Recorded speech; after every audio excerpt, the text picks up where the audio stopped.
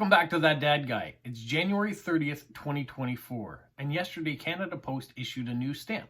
But before showing you that stamp, I want to talk about the history behind it, why this individual is so deserving of a stamp of their own. Today we're talking about Mary Ann Shadd. She was born in 1823 in Wilmington, Delaware. Her parents were prominent abolitionists, and their house was even a stop along the Underground Railroad that assisted people getting out of Maryland and Delaware to the free state of Pennsylvania. Now, she was one of 13 children, and there wasn't a lot of educational opportunities in Delaware in the 1820s and 1830s for a black family, so her parents moved to Pennsylvania, where she went to a Quaker-sponsored school. But remarkably, at the age of 16, she returned to Wilmington and opened a school for black children.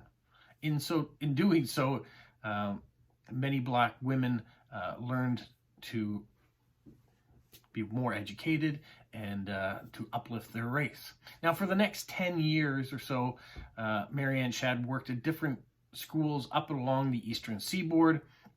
But in 1850, the Fugitive Slave Act came into being, which allowed slave hunters to pass into free states and collect what they deemed as their property and return. Some of these were free black people that were returned back into slavery. So Mary Ann Shadd made the conscious effort to move to Windsor, Ontario, which was in Western Canada at the time. I'll show you a bit of what the map looked like of Canada. You had New Brunswick, Nova Scotia, Prince Edward Island, and Newfoundland off in the corner. And Newfoundland wasn't part of Canada, but it was part of the Dominion.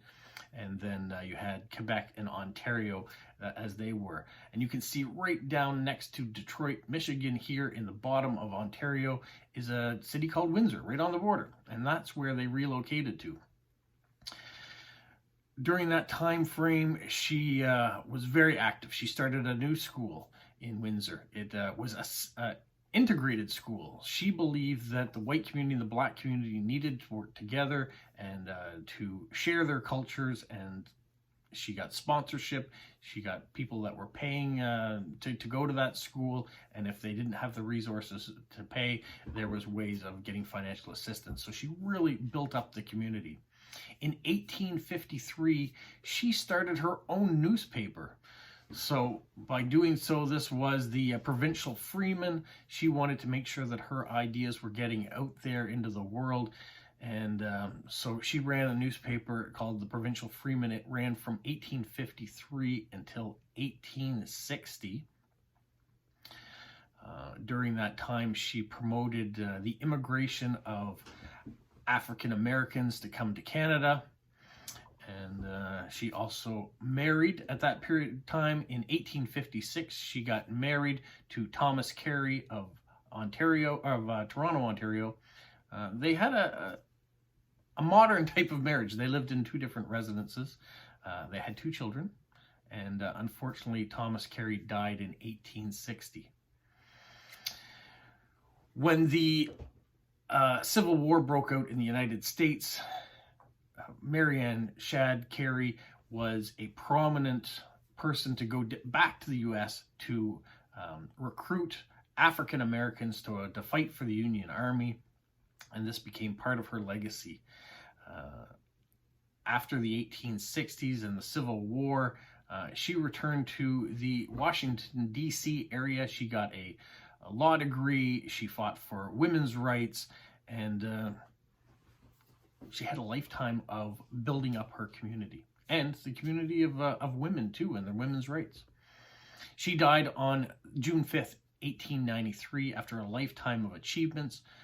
And perhaps her greatest contribution was the role she carved out for herself as a black woman in the public sphere, whether as a teacher or a community activist, a writer, a newspaper editor, a public speaker, recruiting agent for the Union Army, or a lawyer, by pushing the boundaries and limitations normally ascribed for her race and sex. She blazed the trail not only for black people, but for generations of women.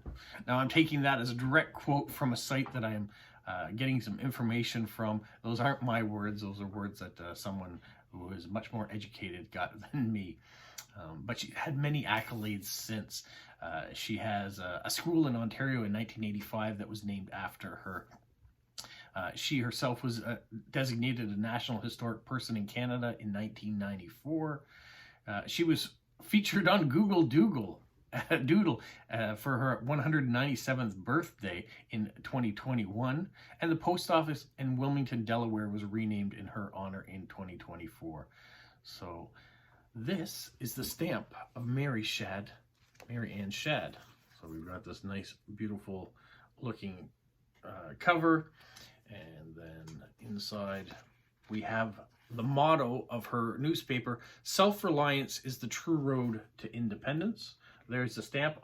On the back it says, "Founder of the Provincial Freeman, Mary Ann Shadd, 1823 to 1893, was North America's first black female newspaper publisher. The American-born educator and abolitionist moved to Windsor in what is now Ontario in 1851, and where she established the racially integrated school. Followed by the Provincial Freeman in 1853. Through the newspaper, she encouraged black immigration to Canada and promoted equality through integration into white society. She was also an advocate for women's rights. In 1994, Shadd was designated a National Historic Person." So there we have the nice stamps. Great color. I like how they have the newspaper heading along the bottom here as well. Such great detail in it. So that's what you get if you buy the new booklets. You get 6 stamps and the story along the back. So thank you, Mary Ann Shadd, for all your contributions to Canadian American history and to push things forward with regards to equality. Hope you enjoyed it. Stay tuned for the next stamp. Have a magical week. What follow? You say like, subscribe, share, and tell all your friends. Who's a good boy? Who's a good boy?